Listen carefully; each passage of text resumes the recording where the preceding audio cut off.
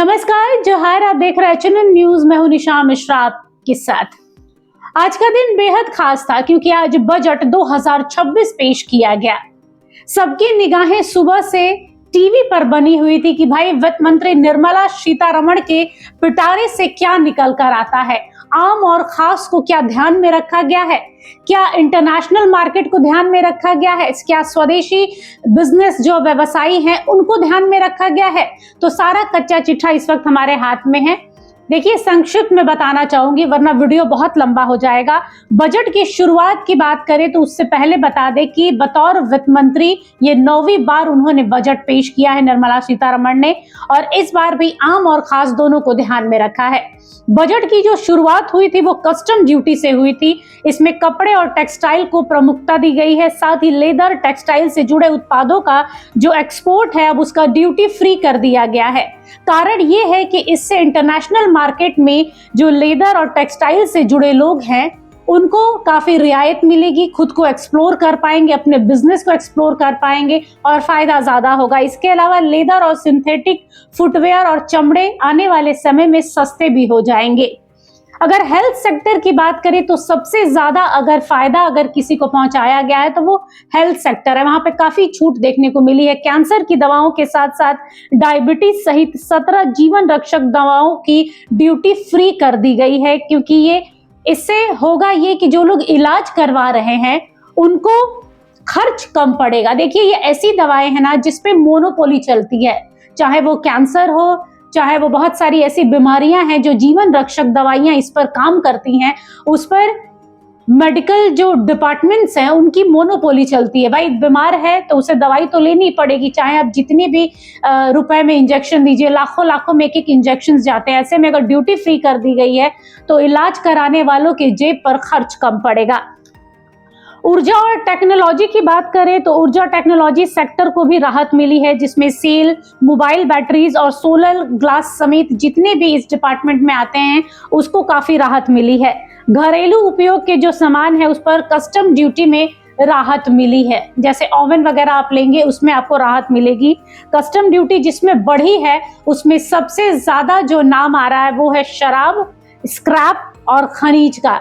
इसका असर उद्योग और उपभोक्ता दोनों पर बढ़ेगा, क्योंकि शराब की भी, स्क्रैप की भी और खनिज की भी दोनों की कस्टम ड्यूटी बढ़ा दी गई है, इन तीनों की।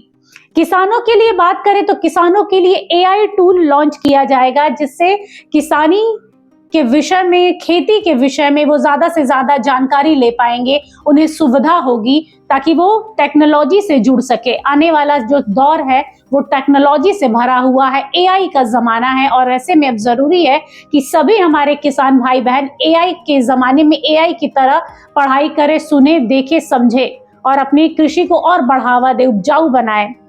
मानसिक स्वास्थ्य सेवाओं की बात करें तो उस पर मजबूती देने की बात कही गई है। उत्तर भारत में NIMHNS निमांस 2.0 बनाया जाएगा। इसके तहत कई संस्थाएं बनाई जाएंगी। आयुष क्षेत्र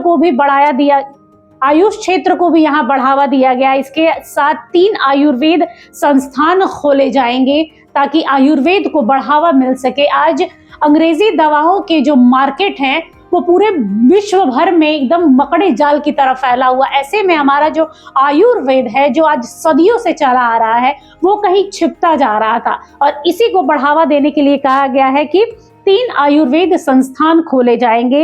MSME की बात करें तो MSME सेक्टर में 10,000 करोड़ रुपए का विशेष कोष बनाया जाएगा ताकि छोटे छोटे जो उद्योग हैं उन्हें बढ़ावा मिल सके और उद्योगपतियों को भी बढ़ावा मिल सके।